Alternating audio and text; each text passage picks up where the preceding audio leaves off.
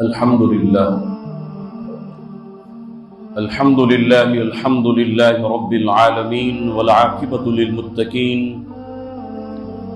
والصلاة والسلام على سيد الأنبياء والمرسلين أما بعد فأعوذ بالله من الشيطان الرجيم بسم الله الرحمن الرحيم ورضوان من الله أكبر صدق الله العظيم وصدق رسوله النبي الكريم الأمين قال الله تبارك وتعالى في شان حبيبه مخبرا وآمرا إن الله وملائكته يصلون على النبي يا أيها الذين آمنوا صلوا عليه وسلموا تسليما اللهم صل على سيدنا ومولانا محمد معدن الجود والكرم منبع الحلم والكرم وآله وبارك وسلم اللهم رب اشرح لي صدري ويسر لي أمري واحلل عقدة من لساني يفقهوا قولي مولاي صل وسلم دائما أبدا على حبيبك خير الخلق كلهم هو الحبيب الذي ترجى شفاعته لكل هول من الأحوال مقتحم يا رب بالمصطفى بلغ مقاصدنا واغفر لنا ما مضى يا واسع الكرم۔ تمام حمد و ثنا، تعریف و توصیف اللہ جل مجدہ الکریم کی ذات بابرکات کے لیے جو خالق کائنات بھی ہے، مالک ارض و سماوات بھی۔ اللہ جل وعلا کی حمد و ثنا کے بعد درود لامحدود اس حبیب لولاک پر جن کو اللہ نے خاتم المرسلین، رحمت للعالمین، جان کائنات، روح کائنات اور مقصود کائنات بنا کر بھیجا۔ حمد و صلات کے بعد اللہ کی بارگاہ میں دعا ہے اللہ تعالی ہمارا جمعۃ المبارک میں حاضر ہونا اپنی بارگاہ میں قبول اور منظور فرمائے۔ اللہ تعالی ہم سب کو قدم قدم پر خیر و برکت عطا فرمائے۔ اللہ تعالی ہم سب کی بے حساب بخشش و مغفرت فرمائے۔ میرے اعمال تو بخشش کے نہ تھے پھر بھی نصیر کی محمد نے شفاعت تو خدا مان گیا۔ اللہ تعالی ہم سب کو حضور آقا دو عالم حضرت محمد مصطفیٰ علیہ الصلوۃ والسلام کی محبت کاملہ، آپ کی اہل بیت علیہم السلام کی محبت کاملہ، صحابہ کرام علیہم السلام کی محبت کاملہ عطا فرمائے۔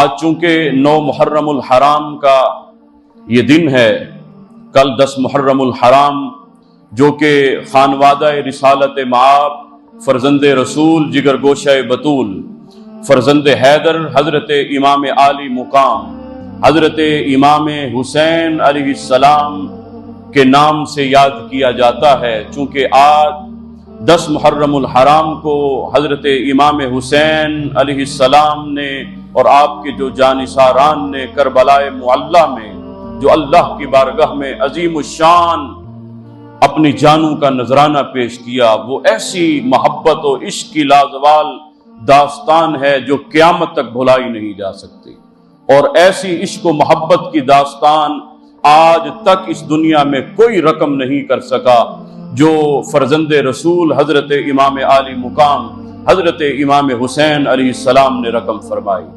وہ جو شہادت، وہ جو قربانی کا سلسلہ شروع ہوا تھا حضرت اسماعیل علی نبینا وعلیہ الصلوۃ والسلام سے، وہ اختتام پذیر ہوا حضرت امام حسین علیہ السلام پر۔ غریب و سادہ و رنگی ہے داستان حرم، نہایت اس کی حسین اور ابتدا ہے اسماعیل۔ حضرات ذی وقار، میں نے قرآن پاک کی آیہ مبارکہ کا کچھ حصہ پڑھنے کا شرف حاصل کیا۔ دعا اللہ تعالیٰ میری زبان پر کلمۃ الحق جاری فرمائے اور ہم سب کو سن کر عمل کی توفیق عطا فرمائے۔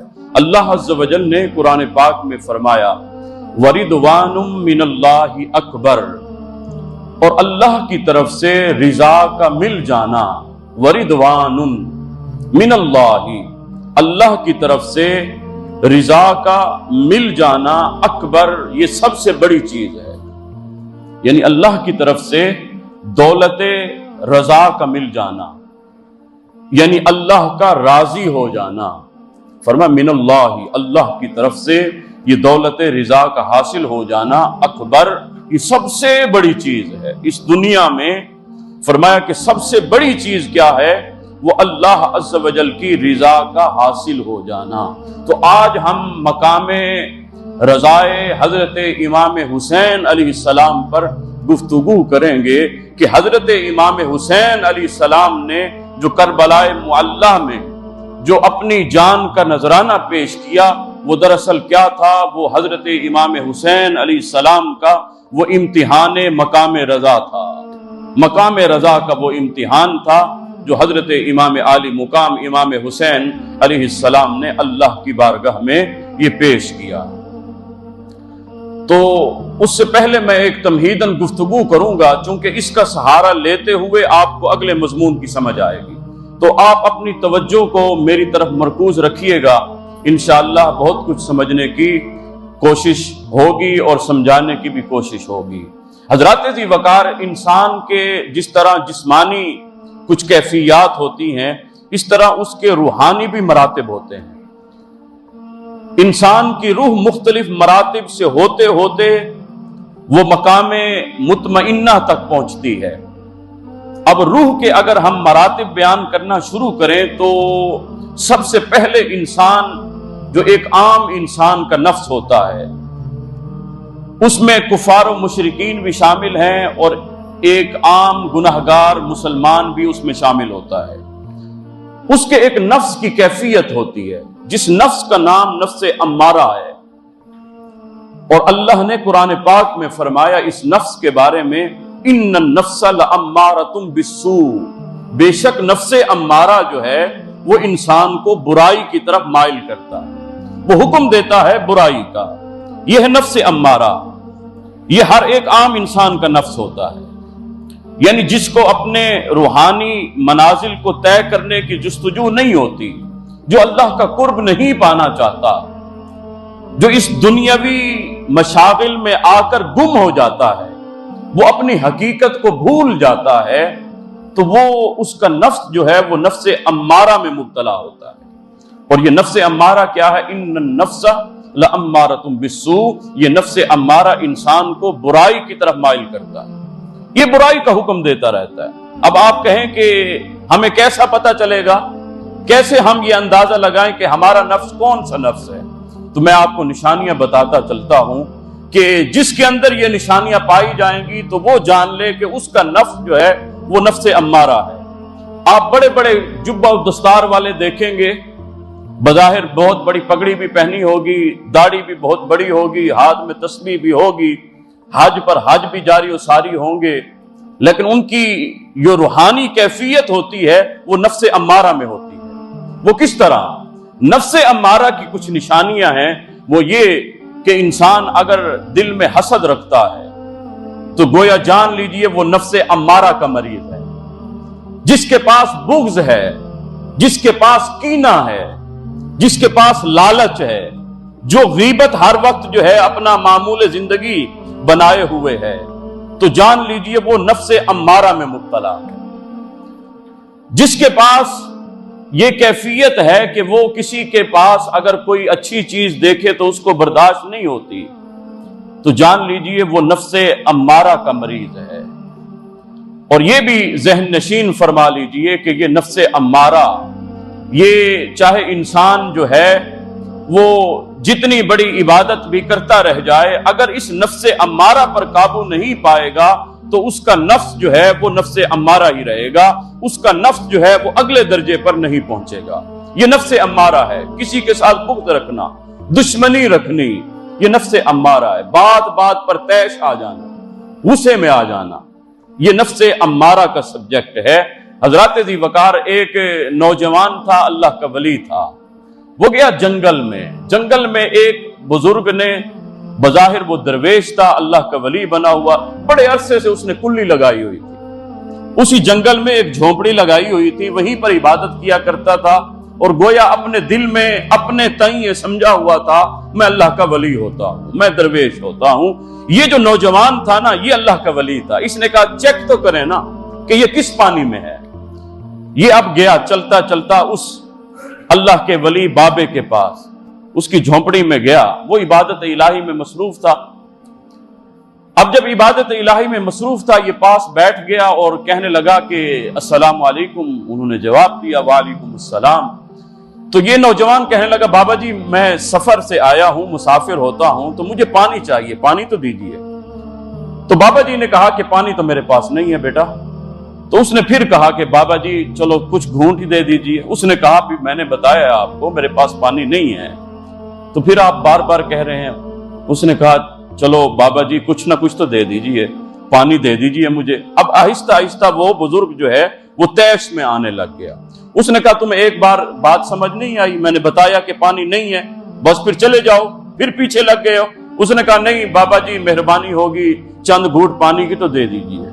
اب یہ جو بابا صاحب تھے، یہ جو اللہ کا درویش بنا بیٹھا تھا، یہ اٹھا اور تیش میں آیا، کوئی اس کے پاس ڈنڈا آیا، کوئی اس کے پاس جوتا آیا، تو اب یہ اس کے پیچھے لگ گیا اور جو ہے غصے میں آ کر کہتا ہے کہ ایک بار کہا پھر پیچھے لگ گئے ہو تم، اب دیکھو تمہاری حالت کیا کرتا ہوں۔ اب جب وہ نوجوان آگے پیچھے یہ درویش یہ بابا تھا، تو چلتے چلتے جو ہے نوجوان اچانک ٹھہر گیا اور کہنے لگا بابا نام درویشی کا لیتا ہے اور اندر اتنی آگ جل رہی ہے، ذرا اندر کی حالت تو دیکھنا، تجھ سے پانی مانگا تو اتنا تجھے تیش آ گیا، اتنا تجھے جلال آ گیا، اور نام تو کہتا ہے کہ میں درویش بنا پھرتا ہوں۔ تو یہ جان لیجئے کہ بات بات پر تیش کا آ جانا، یہ انسان کے غصے کا صادر ہو جانا، یہ انسان جو ہے نفس امارہ کا مریض ہے۔ ان النفس لامارۃ بالسوء، بے شک نفس امارہ جو ہے وہ انسان کو برائی کی طرف مبتلا کرتا ہے۔ اب نفس امارہ سے جان کس طرح چھڑائی جاتی ہے؟ وہ نفس امارہ سے انسان جان تب چھڑاتا ہے جب اپنے نفس پر توجہ کرتا ہے، وہ تزکیہ نفس کرتا ہے۔ تزکیہ نفس کس طرح؟ وہ اللہ کا ذکر کرتا ہے۔ اللہ کے ذکر کی برکت کیا ہے؟ میرے آقا نے فرمایا لِكُلِّ شَيْءٍ سِقَالَةٌ وَسِقَالَةُ الْقُلُوبِ لِذِكْرِ اللَّهِ، فرمایا ہر شے کا کوئی نہ کوئی زنگ ہوتا ہے، اس کو زنگ لگ جاتا ہے، دل پہ بھی زنگ لگ جاتا ہے، جس طرح لوہے پر زنگ لگ جاتا ہے، وہ ریگ مار لگایا جاتا ہے پھر وہ زنگ صاف ہوتا ہے، میرے نبی نے فرمایا اسی طرح دل کو بھی زنگ لگ جاتا ہے۔ لِكُلِّ شَيْءٍ سِقَالَةٌ وَسِقَالَةُ الْقُلُوبِ، دل پر جب زنگ لگتا ہے نا، یہ نفسانی کیفیت ہوتی ہے۔ فرمایا وہ لذکر اللہ، اللہ کا ذکر جب انسان کرتا ہے وہ دل کا زنگ دور ہوتا جاتا ہے۔ اب جب انسان محنت کرتا ہے، محنت کرتے کرتے جب وہ اللہ کا ذکر کرتا ہے، تزکیہ نفس کرتا ہے، وہ اپنی روحانی کیفیت کو درست کرتا ہے، وہ حسد سے پاک رہتا ہے، وہ کینے سے پاک رہتا ہے، وہ بغض سے پاک رہتا ہے، وہ غیبت سے پاک رہتا ہے، وہ برائی سے، جھوٹ سے، ہر قسم کی برائی سے جب اپنے آپ کو بچانا شروع کر دیتا ہے، اللہ اس کو دوسرا نفس عطا کرتا ہے۔ اس دوسرے نفس کا نام نفس لوامہ ہے۔ نفس لوامہ، یہ میں اپنی طرف سے بیان نہیں کر رہا، یہ قرآن کے الفاظ ہیں۔ میرے رب نے فرمایا نا لا اقسم بالنفس اللوامہ، نفس لوامہ کی میرا رب قسم اٹھاتا ہے، قسم ہے نفس لوامہ کی۔ اب نفس لوامہ کیا ہے؟ نفس لوامہ یہ ہے کہ اب جب انسان اگر کوئی برائی کرتا ہے تو یہ نفس اس کو ملامت کرتا ہے، اس کو برا بھلا کہتا ہے، اسی لیے اس کو نفس لوامہ یعنی ملامت کرنے والا نفس اس کو کہا جاتا ہے۔ تو یہ نفس انسان کو برا بھلا کہتا ہے، لیکن یہ 4 انچی ایک دیوار کی مانند ہے، یعنی انسان اگر محنت نہیں کرے گا تو پھر یہ پلٹ کر جو ہے وہ نفس لوامہ سے ہٹ کر نفس عوامہ میں جو ہے نفس امارہ میں آ جائے گا۔ اگر محنت جاری رکھے گا تو پھر اللہ اس کو اگلا درجہ عطا فرمائے گا، جو نفس کا درجہ ہے وہ نفس ملہمہ ہے، یہ تیسرا نفس ہے۔ اب نفس لوامہ کس کا نفس ہے؟ یہ علماء عاملین کا نفس ہوتا ہے۔ علماء عاملین یعنی وہ علماء جنہوں نے جو کچھ پڑھا اس پر عمل بھی کیا، عمل کرنے والے عاملین۔ بظاہر کتابیں پڑھ جانے والا عالم تو بظاہر بن گیا، لیکن اس کی اندر کی کیفیت وہ نفس امارہ جیسی رہی۔ ہاں اگر وہ محنت کرتا ہے، وہ جستجو کرتا ہے، تگ و دو کرتا ہے، اللہ اس کو نفس لوامہ عطا کرتا ہے۔ اب نفس لوامہ، اب اس پر بیٹھنا نہیں ہے، بلکہ انسان نے کیا کرنا ہے؟ محنت کرنی ہے، ویلی نہ رہے کچھ کر دی رہے۔ انسان اب پھر محنت کرتا ہے، تزکیہ نفس کرتا ہے، پھر تزکیہ نفس کرنے کے بعد اللہ اس کو اگلا درجہ عطا فرماتا ہے۔ وہ تیسرا نفس کا درجہ کیا ہے؟ وہ نفس ملہمہ ہے۔ اس پر بھی میرا رب کلام فرماتا ہے فَأَلْهَمَهَا فُجُورَهَا وَتَقْوَاهَا، اب برائی سے بچ گیا۔ اب یہ نفس ملہمہ جب آیا تو اب یہ نفس ملہمہ اس کو پاکیزگی عطا کرتا ہے، اب انسان کے اندر تقویٰ پیدا ہو جاتا ہے۔ اب یہ نفس کن کا ہے؟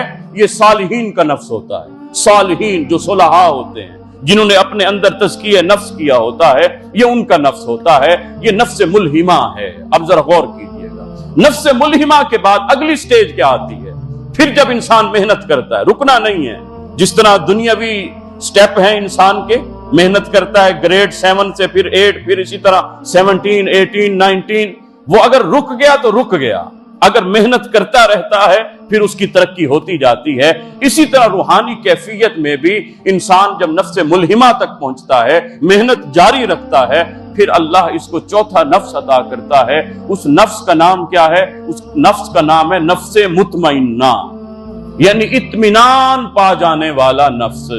یعنی اب انسان کا نفس جو ہے وہ نیکی پر مطمئن ہو گیا کہ برائی سے میں نے بچنا ہے اور نیکی پر میں نے اطمینان قلبی حاصل کر لینا ہے۔ تو اب انسان کا نفس جو ہے اس کی کیفیت، روحانی کیفیت جو ہے وہ نفس مطمئنہ کی ہو جاتی ہے۔ نفس مطمئنہ تک جب انسان پہنچتا ہے تو اللہ ایسے نفس سے کلام فرماتا ہے، میرا رب اس سے کلام محو گفتگو ہوتا ہے۔ وہ کس طرح؟ قرآن پاک میں میرے رب نے فرمایا یا ایتھا النفس المطمئنہ، اے نفس مطمئنہ، یعنی نفس سے انسان سے، نفس انسانی سے اللہ خطاب فرما رہا ہے۔ اب نفس مطمئنہ کس کا نفس ہے؟ یہ اولیاء اللہ کا نفس ہوتا ہے۔ اولیاء اللہ کی اگر آپ تعریف پوچھیں تو اولیاء اللہ ان کو کہا جاتا ہے جو نفس مطمئنہ پر فائز ہوتے ہیں۔ یعنی پچھلے سٹیپ جو ہے نفس امارہ سے بھی وہ آگے گئے، نفس لوامہ سے بھی آگے گئے، نفس ملہمہ کو بھی کراس کر گئے۔ یہ چوتھا نفس جو ہے نفس مطمئنہ کا ہوتا ہے۔ باقی جتنی بڑی دستار جس نے پہن لی، جبہ پہن لیا، تسبیح بھی پکڑ لی، ٹوپی بھی پہن لی، جتنی بڑی پگڑی پہن لی اور اللہ اللہ کا ورد کرتا رہا، لیکن اگر وہ نفس مطمئنہ تک نہیں پہنچا وہ اللہ کا ولی نہیں بنا۔ تو ولی ہم جس کو مانتے ہیں، ولی ہم اس کو مانتے ہیں کہ جس کے پاس نفس مطمئنہ ہوتا ہے، یعنی وہ نفس مطمئنہ، یا ایتھا النفس المطمئنہ، اے نفس مطمئنہ، میرا رب اس سے کلام کرتا ہے۔ اب نفس مطمئنہ یہ چوتھا درجہ ہے۔ اس کے بعد اگلا درجہ بھی آتا ہے، وہ نفس راضیہ کا درجہ ہے۔ نفس راضیہ، یا ایتھا النفس المطمئنہ ارجعی الی ربک راضیہ، یہ نفس راضیہ ہے۔ نفس مطمئنہ کے بعد جب انسان محنت کرتا ہے پھر اللہ اس کو اگلی کیفیت عطا کرتا ہے، وہ نفس راضیہ کی کیفیت ہوتی ہے۔ یہ نفس راضیہ کیا ہے؟ یہ مقام رضا ہوتا ہے، یہ مقام رضا ہوتا ہے۔ یعنی اب انسان اللہ کی تقدیر پر راضی رہنا شروع کر دیتا ہے، جو کچھ بھی ہو اللہ کی طرف سے ہو وہ اس پر راضی رہنا شروع کر دیتا ہے۔ وہ کوئی واویلا نہیں کرتا، وہ کوئی شکوہ نہیں کرتا، وہ کوئی شکایت نہیں کرتا، بلکہ اس پر راضی رہنا شروع کر دیتا ہے۔ یہ انسان کی کیفیت جو ہوتی ہے، یہ نفسانی کیفیت جو ہے حضرات ذی وقار، یہ نفس راضیہ کی کیفیت ہے۔ اس مقام پر انسان کو مقام رضا نصیب ہوتا ہے۔ یہ مقام رضا یعنی اللہ کی تقدیر پر راضی رہنا ہے۔ جے سونا میرے دکھ وچ راضی، میں سکھ نو چلے پاواں۔ اب انسان جو کہتا ہے کہ جو کچھ ہے میرے رب کی طرف سے ہے اور میں اللہ کی تقدیر پر راضی ہوں، جب انسان راضی رہنا شروع کر دیتا ہے پھر اللہ اس نفس پر صلہ کیا عطا کرتا ہے؟ نفس راضیہ پر انسان کو مقام رضا پر جو صلہ ملتا ہے، جو اجر ملتا ہے، اس اجر کا نام ہے مقام مرضیہ۔ یا ایتھا النفس المطمئنہ ارجعی الی ربک راضیۃ مرضیہ، جو نفس راضیہ پر پہنچا اللہ نے اس کا صلہ اس کو عطا کیا کہ وہ نفس مرضیہ بن گیا۔ نفس مرضیہ کیا ہے؟ نفس راضیہ یہ تھا کہ وہ اللہ کی تقدیر پر راضی تھا، نفس مرضیہ یہ ہے کہ اللہ اب اس کی رضا پر راضی رہنا شروع کر دیتا ہے۔ نفس راضیہ یہ ہے کہ انسان طالب ہے، نفس مرضیہ یہ ہے کہ اللہ عز و جل مطلوب بن گیا ہے۔ اب انسان کو اللہ عز و جل یہ درجہ عطا فرما دیتا ہے کہ نفس راضیہ یہ ہے کہ انسان محب ہوتا ہے، انسان محب ہوتا ہے، اللہ کی یاد میں سرگرداں ہوتا ہے، لیکن جب نفس مرضیہ تک پہنچتا ہے تو اب اللہ عز و جل اس کی تلاش کا منتظر ہوتا ہے۔ پھر اب اللہ عز و جل جو ہے وہ اس کی رضا کے مطابق جو ہے اللہ حکم صادر فرمانا شروع کر دیتا ہے۔ یہ نفس مرضیہ تک جب انسان پہنچتا ہے نا تو حضرات ذی وقار اللہ عز و جل کی طرف سے اس کو مقام کن نصیب ہو جاتا ہے۔ یہ ہے مقام کن، یعنی اب انسان اتنے درجے پر فائز ہو گیا کہ اللہ کی تقدیر پر بھی راضی ہونا شروع کر دیا۔ اب اللہ عز و جل یہ فرماتا ہے کہ اے بندے جس طرح تو راضی میں بھی اسی طرح راضی۔ تو اب جو اس کی زبان سے نکلتا ہے نا وہ مقام کن فقودی الامر، یعنی وہ ہو جاتا ہے، جو کچھ وہ نکالتا ہے اس کی زبان سے نکلتا ہے، اللہ فرماتا ہے یہ ہو گیا۔ وہ کس طرح؟ حضرت یوسف علی نبینا وعلیہ الصلوۃ والسلام کا آپ واقعہ پڑھیے سورہ یوسف میں۔ وہ آپ جب قید میں تھے تو ایک شخص نے جھوٹا خواب پوچھا کہ حضرت اس طرح ہوا، تو حضرت یوسف علیہ نبینا وعلیہ الصلوۃ والسلام نے اس کی تعبیر فرمائی، تو تعبیر میں موت تھی۔ جب حضرت یوسف نے تعبیر فرما دی نا کہ یہ موت ہے، وہ ہنسنے لگ گیا، وہ کہنے لگا حضرت ایسا تو ہوا ہی نہیں ہے، یہ تو جھوٹا خواب تھا۔ تو حضرت یوسف علیہ نبینا وعلیہ الصلوۃ والسلام نے اس وقت فرمایا فقودی الامر، اب یوسف کی زبان سے نکل گیا نا، اب یہی ہو گیا، اب تیرا جھوٹا تھا جو سچا تھا، یوسف نے زبان سے نکال دیا، بس وہ ویسے ہی ہو گیا۔ تو وہ ویسے ہی ہوا جب اس کی تعبیر ہوئی، اس کی موت ہوئی۔ وہ جب جو ہے وہ آیان سلطنت جب وہ دربار شاہی میں پہنچا تو حضرت یوسف نے جس طرح فرما، یہ انسان کو اللہ یہ درجہ عطا فرما دیتا ہے، فقودی الامر، مقام کن نصیب ہو جاتا ہے۔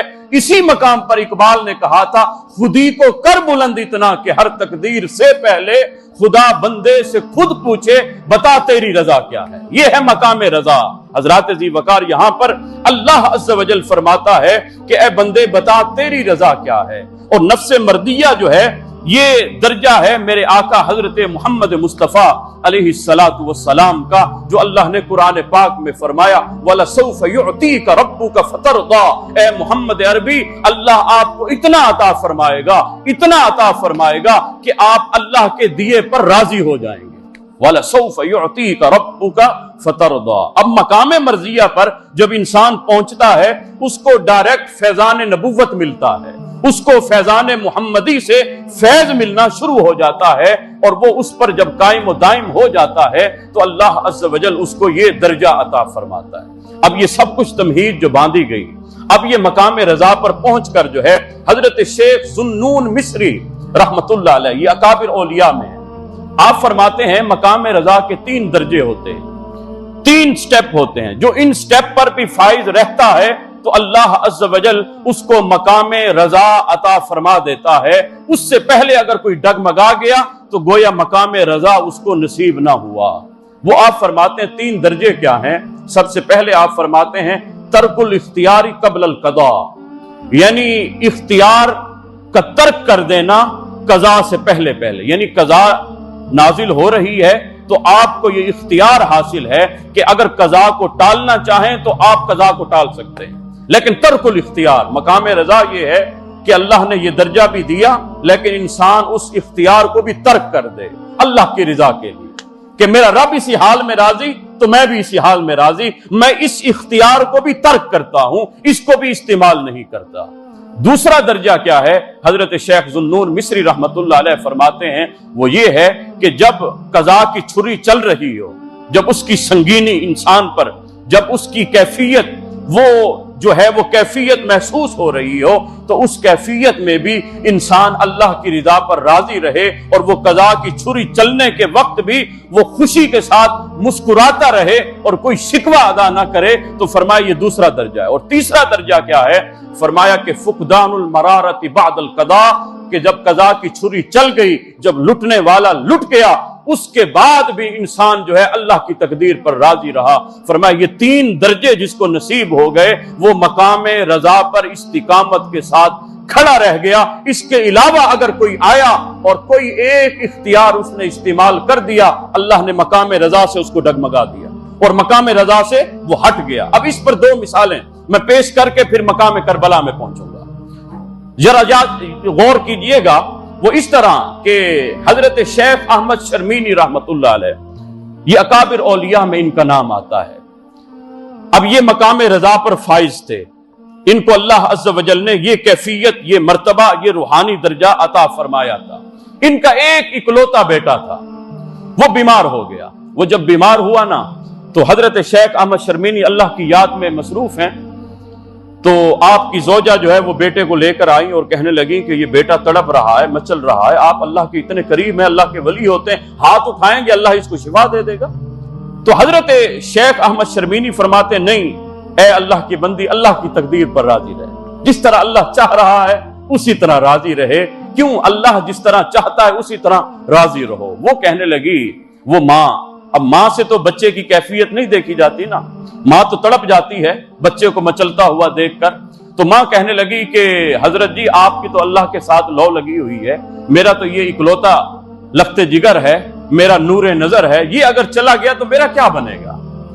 تو آپ نے کہا نہیں، اللہ کی تقدیر پر راضی رہو۔ اب جب اس پر یہ کیفیت ہوئی کہ جب روح اس کی قفس انصری سے پرواز ہونے لگی، جب نزا کا عالم طاری ہونے لگا، ماں نے جب بچے کو تڑپتا ہوا دیکھا تو ماں نے اس کیفیت میں بچے کو لا کر شیخ احمد شرمینی کے پاس رکھ دیا۔ وہ شیخ احمد شرمینی جو رضا کا درس دے رہا تھا، جو کہہ رہا تھا کہ اللہ کی تقدیر پر راضی رہو، جب بچے کی روح قفس انصری سے پرواز کرتے ہوئے دیکھتے ہیں تو شفقت پدری غالب آ جاتی ہے، بچے کو تڑپتا ہوا برداشت نہیں ہو رہا ہوتا۔ حالانکہ مقام رضا یہ تھا کہ اس مقام پر بھی آپ ڈگمگاتے نہ، اللہ کی رضا پر راضی رہتے، مالک تیرا دیا ہوا ہے، تو اگر لینا چاہتا ہے لے لے، میں تیری تقدیر پر راضی ہوں۔ لیکن شیخ احمد شرمینی سے رہا نہ گیا، آپ نے اسی وقت لوح محفوظ کی طرف نگاہ کی۔ لوح محفوظ کی طرف نگاہ کرنے کے بعد آپ نے ملک الموت سے خطاب کیا، یا ملک الموت ارجع الی ربک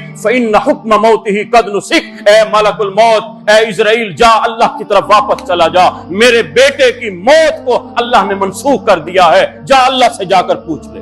اب یہ مقام رضا تھا حضرت شیخ احمد شرمینی کا، ملک الموت کو لوٹا دیا، کہا تو روح قبض نہیں کر سکتا، میں نے اللہ سے ریکویسٹ کر دی ہے، اللہ سے میں نے التجا کر دی ہے، میرے رب نے اس کی موت کو منسوخ کر دیا ہے، جا اللہ سے جا کر پوچھ لے۔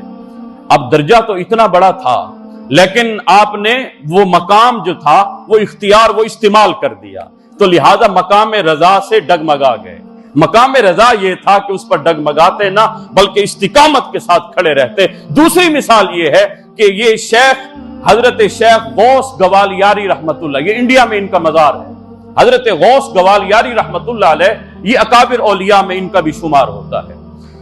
آپ جب اس وقت گوالیار کی جو حکومت تھی وہ ایک ہندو بادشاہ تھا، اس کی رعایا نے آ کر بتایا یہ اللہ کا بندہ آیا ہوا ہے، مسلمان بابا ہے، فقیر ہے، یہ اس کے پاس جو بھی جاتا ہے وہ مسلمان ہو جاتا ہے، اب ہمارے ہندو ختم ہونے لگے ہیں، تو لہذا آپ مہربانی کیجئے اس کی یہاں سے رخصت کروائیے۔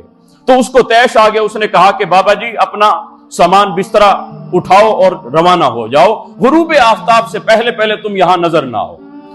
اب حضرت غوث احمد گوالیاری رحمت اللہ علیہ مقام رضا پر فائز تھے۔ اب مریدین نے کہا حضرت آپ اللہ کی بارگاہ میں ہاتھ اٹھا دیں، اس کا ستیہ ناس ہو جائے۔ آپ نے فرمایا نہیں، اللہ کی تقدیر پر راضی رہو، میرا رب جس طرح چاہتا ہے اسی طرح راضی ہو رہو۔ انہوں نے سارا سامان باندھا، آپ نے کہا ٹھیک ہے ہم ہجرت کر رہے ہیں۔ اب سارا سامان باندھا، اپنے لشکر کو روانہ کیا، اتنے میں وہ ہندو کا جو فوجی لشکر تھا وہ بھی ساتھ ساتھ، انہوں نے کہا ہم اس کو سرحد سے نکال کر آئیں گے۔ جب غروب آفتاب ہوا وہ سرحد سے بھی باہر چلے گئے۔ اب فوجی لشکر کے دل میں یہ لالچ آئی کہ ہو نہ ہو ان کو باہر تو نکال دیا، اب ان کے قافلے کو بھی لوٹ لیا جائے۔ تو اب انہوں نے ایک ایک کر کے وار کرنا شروع کر دیا، ہر ایک کا سامان لوٹنا شروع کر دیا۔ شیخ احمد حضرت غوث گوالیاری رحمت اللہ علیہ یہ منظر دیکھ رہے ہیں، اللہ کی رضا پر راضی ہیں اور مسکراتے ہوئے سارا منظر اپنی آنکھوں سے دیکھ رہے ہیں۔ مریدین آئے، کہا کہ حضرت کچھ کیجئے، آپ نے فرمایا نہیں، اللہ کی تقدیر پر راضی رہو۔ اب چلتے چلتے آپ کی سواری پر، گھوڑے پر جو ہے آپ کے پیچھے جو ہے آپ کی نواسی، 9 سالہ نواسی سوار تھی، جس کے کان میں بالیاں تھی سونے کی۔ اب وہ دشمن جب آیا نا، اس نے دیکھا کہ کانوں میں بالیاں، اس نے زور سے کھینچا، جب وہ کھینچا نا تو وہ خون کے فوارے نکلے۔ اب یہ جو غوث احمد گوالیاری اب تک منظر دیکھے اللہ کی رضا پر راضی تھا، جب نواسی کی یہ کیفیت دیکھی، جب وہ خون کے فوارے دیکھے، رہا نہ گیا۔ آپ نے اس وقت اختیار استعمال کی، آپ کے ہاتھ میں چھڑی تھی، آپ نے ایسے آسمان پر لہرائی، وہ جب لہرائی گئی نا 500 فوجی لشکر تھا، 500 کے فوجی لشکر کا سر تن سے جدا ہو کر زمین پر آ گرا۔ وہ 500 کے 500 فوجی اسی آن ہی آن میں، کیوں؟ مقام کن پر فائز تھے۔ کیوں؟ اللہ نے یہ درجہ عطا فرمایا تھا، اللہ نے مقام رضا جو ہے اختیار فرمایا تھا، لیکن انہوں نے کیا کیا؟ وہ مقام جو ہے اس کو استعمال کر دیا، حالانکہ استقامت یہ تھی کہ اس پر ڈٹے رہتے اور وہ اختیار استعمال نہ کرتے۔ اب ایک طرف شیخ احمد شرمینی ہے اور ایک طرف حضرت غوث گوالیاری رحمت اللہ علیہ ہیں، یہ اکابر اولیاء ہیں۔ اب اس منظر میں، اس تناظر میں آئیے میدان کرب و بلا میں آتے ہیں۔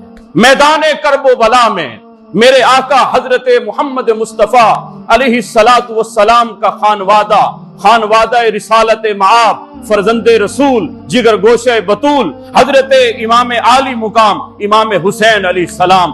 لوگوں، یہ کوئی عام ولی نہیں ہے، یہ ولایت کا شہنشاہ ہے، یہ ولایت کا وہ عظیم تاجدار ہے کہ ولایت اس کے گھر کی لونڈی ہے۔ حضرت امام عالی مقام ہیں۔ حضرت امام عالی مقام کو اللہ نے کیا درجہ عطا فرمایا؟ میرا امام مقام رضا پر فائز تھا۔ میرے امام کا آج میدان کرب و بلا میں اللہ مقام رضا پر امتحان لے رہا تھا کہ یہ امام حسین اپنے اس امتحان میں کامیاب بھی ہوتے ہیں یا نہیں ہوتے۔ حضرات ذی وقار، لوگ کہتے ہیں امام حسین کو پانی کی تلاش تھی، امام حسین یزیدی لشکر کے پاس گئے اور کہنے لگے کہ اے یزیدی لشکر، مجھے پانی دے دو۔ صاحب، میرا یہ عقیدہ ہے، میں یہ کبھی گوارا نہیں کرتا کہ میرا امام یزیدی لشکر کے پاس چل کر جائے اور کہے کہ مجھے پانی دو۔ ارے امام کو اگر پانی کی ضرورت ہوتی، میرے امام کو اللہ نے یہ درجہ عطا فرمایا تھا، مقام کن پر فائز تھے، مقام رضا دیا تھا۔ ارے شیخ احمد شرمینی اگر چاہے تو بیٹے کی جو ہے وہ روح قفس عنصری سے پرواز ہوتے ہوئے واپس لوٹا دے، اور شیخ غوث گوالیاری 500 کے سر تن سے جدا کر دے۔ میرے امام کے پاس اتنی بھی طاقت نہیں تھی کہ میرا امام پانی منگوا لیتا۔ میرا امام تو آسمان کو حکم دیتا، آسمان پانی برسا دیتا۔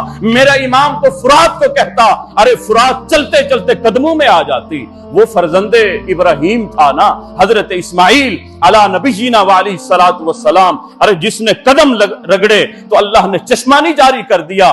میرا حسین کیا، میرے حسین کا علی اصغر بھی اگر قدم کو رگڑا دیتا تو اللہ چشمے نہ جاری کر دیتا۔ تو حضرات ذی وقار، لیکن امام حسین کا یہ امتحان تھا، مقام رضا پر اللہ امتحان لے رہا تھا کہ اے حسین، آج تمہارا امتحان لیں گے، آج تم اختیار استعمال کرتے ہو یا ہماری تقدیر پر راضی رہتے ہو۔ حضرات ذی وقار، امام حسین وہ خانوادہ رسالت معاب تھا، یہ کوئی عام ولی نہیں تھا۔ ارے میرے آقا حضرت محمد مصطفیٰ علیہ الصلوۃ والسلام نے جس کو زبان چسوائی تھی، یہ امام حسین علیہ السلام تھے۔ وہ حسین کہ جس کے بارے میں میرے آقا حضرت محمد مصطفیٰ علیہ الصلوۃ والسلام نے فرمایا تھا، ان الحسن والحسین سیدا شباب اہل الجنہ۔ لوگوں، میرے حسن و حسین جنتی نوجوانوں کے سردار ہیں۔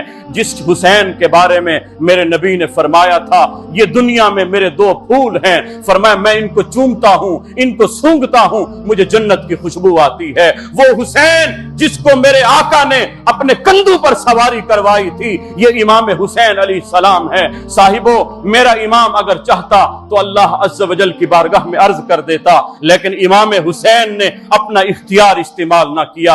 امام حسین اللہ کی تقدیر پر راضی ہیں۔ امام حسین اللہ کی بارگاہ میں عرض کرتے ہیں، مالک، جو بھی تو آزمائش لینا چاہتا ہے، جو بھی امتحان لینا چاہتا ہے، تیرا حسین اس امتحان میں کامیاب ہوگا۔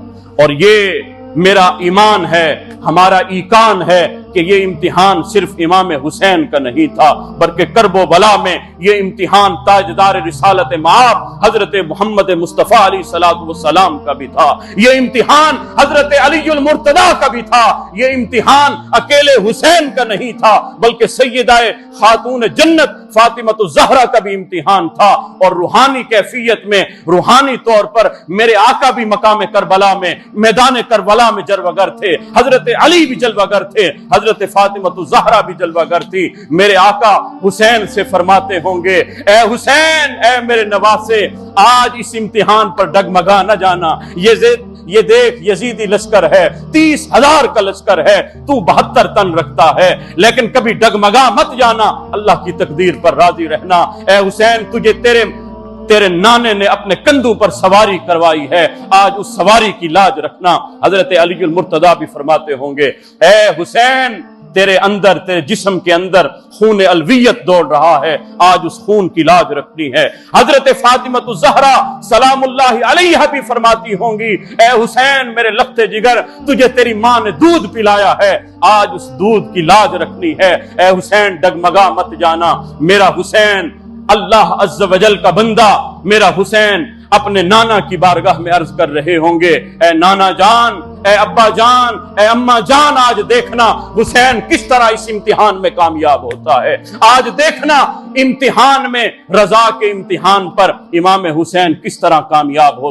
ایک ایک کر کے آپ نے اپنا خانوادہ اللہ کی بارگاہ میں قربان کر دیا۔ 6 ماہ کا علی اصغر ہے، حضرت امام حسین علیہ السلام کے ہاتھ میں وہ بھی شہید ہو جاتا ہے۔ صاحبو ذرا غور تو کرو، آج باپ ایک جنازہ گھر میں دیکھے تو اس کی کیفیت گھر والوں کی بدل جاتی ہے۔ میرے حسین کا صبر تو دیکھو نا، میرے حسین کا صبر تو دیکھو نا، یہ وہ استقامت کا پہاڑ بنا ہوا تھا کہ آنکھوں سے ایک آنسو کا قطرہ بھی نہیں آنے دیا۔ مالک جو تیری تقدیر ہے میں اس تقدیر پر راضی ہوں، مالک یہ حسین ڈگمگائے گا نہیں، مالک یہ حسین شکوہ نہیں کرے گا۔ یہاں تک کہ علی اکبر 17 سال کا نوجوان، خانوادہ رسالت مآب صلی اللہ علیہ وآلہ وسلم، حضرت امام علی اکبر جب جاتے ہیں یزیدی لشکر کی طرف سے، جب جو ہے وہ حملہ ہوتا ہے، نیزہ آپ کے جسم اقدس پر جب پیوست ہوتا ہے تو آپ آواز لگاتے ہیں، یا ابتاہو، اے ابا جان آئیے۔ حضرت امام حسین جاتے ہیں حضرت امام علی اکبر کے پاس، جب وہ نیزہ سینے سے نکالتے ہیں نا، اتنا وہ زور سے جب نکالتے ہیں وہ خون کے فوارے نکلتے ہیں، اتنے میں امام علی اکبر کی روح قفس انصری سے پرواز کر جاتی ہے۔ ابن عساکر کہتا ہے، ابن عساکر نے تاریخ ابن عساکر میں کہا کہ جب امام کربلا میں موجود تھے نا، آپ کی عمر مبارک 56 برس تھی، 56 برس عمر تھی امام حسین علیہ السلام۔ صحت اتنی تندرست تھی کہ آپ کے سر اور داڑھی کے بال بالکل سیاہ تھے، لیکن کہتے ہیں جب امام علی اکبر کا آپ جب وہ لاشا اٹھانے گئے نا، امام جب واپس آئے، غم کی کیفیت اتنی تبدیل ہوئی کہ آنکھوں سے آنسو روا ہونے چاہیں، آپ نے آنسو کا ایک قطرہ بھی نکلنے نہیں دیا، لیکن جب غم نے شدت ڈالی، نڈھال ہوئے غم سے، تو آپ جب واپس لاشا لے کر آئے نا، آپ کے سر اور داڑھی کے بال سفید ہو چکے۔ لیکن امام حسین علیہ السلام یہ صبر و استقامت کا علمبردار، اس وقت بھی اللہ کی تقدیر پر راضی ہے، ایک آنسو کا قطرہ بھی اپنے آنسوں سے، آپ اپنی آنکھوں سے روا نہیں ہونے دیتے، اور عرض کرتے ہیں مالک تیری تقدیر پر حسین راضی ہے۔ اب جب امام حسین علیہ السلام کا وقت نزا آتا ہے، امام حسین علیہ السلام جب اپنی سواری سے نیچے فرش زمین پر تشریف لاتے ہیں تو اتنے میں نماز ظہر کا وقت تھا۔ حضرت امام حسین علیہ السلام نے اپنے قاتل سے کہا کہ مجھے سر سجدے میں رکھنے دینا، اس وقت میرا سر تن سے جدا کرنا۔ یہ ایک تم سے جو ہے امام حسین کی یہ درخواست ہے۔ امام حسین نے جب سر سجدے میں رکھا تو کلمات کیا تھے؟ امام حسین کے کلمات تھے، اللہم ردن بقضائک وصبرا علی بلائک وتسلیما لامرک، سبحان ربی الاعلی، سبحان ربی الاعلی، سبحان ربی الاعلی، اللہم ردن بقضائک۔ مالک یہ حسین تیری تقدیر پر راضی ہے، وصبرا علی بلائک، مالک جتنی بھی آزمائشیں آئیں، جتنے بھی 72 تن قربان کر دیے، مالک اپنا لخت جگر بھی قربان کر دیا، اپنا بھتیجا بھی قربان کر دیا، اپنا بھائی بھی قربان کر دیا، اپنے سارے ساتھی قربان کر دیے، مالک تیری تقدیر پر راضی ہوں، وتسلیما لامرک، مالک میں نے تیرا ہر ایک فیصلہ میں نے تسلیم کیا ہے، لیکن مالک تو بھی تو بتانا، تو بھی حسین سے راضی ہے کہ نہیں؟ تو آواز آ رہی تھی آسمان سے، کیا آواز آ رہی تھی؟ اس پیاسے پر علی شیر خدا کو ناز ہے، اس نواسے پر محمد مصطفیٰ کو ناز ہے۔ سجدے اوروں نے بھی کیے پر اس کا عجب انداز ہے، اس نے وہ سجدہ کیا جس پر خدا کو ناز ہے، اس نے وہ سجدہ کیا۔ آسمان سے آواز آ رہی تھی، یا ایتھا النفس المطمئنہ ارجعی الی ربک راضیۃ مرضیہ، اے نفس مطمئنہ، اے حسین آ دیکھ، تیرا رب تیرا استقبال کرنے کے لیے جلوہ گر ہے، تیرا رب تیرے استقبال کے لیے منتظر ہے۔ آجا فدخلی فی عبادی وادخلی جنتی، آجا میرے بندوں میں، آجا میری جنت میں داخل ہو جا۔ حضرات ذی وقار امام حسین علیہ السلام نے صبر و استقامت کا وہ علمبردار بن کر دکھایا کہ آپ مقام رضا پر فائز رہے۔ اختیار اللہ نے بڑے دیے تھے، اللہ سے دعا کرتے اللہ یہ امتحان ٹال دیتا، اللہ سے دعا کرتے اللہ پانی بھی بھیج دیتا۔ ارے حضرت مریم اللہ کی بندی تھی نا، اللہ نے عرش سے پھل نہیں بھیج دیے، کمرے میں پھل پڑے تھے۔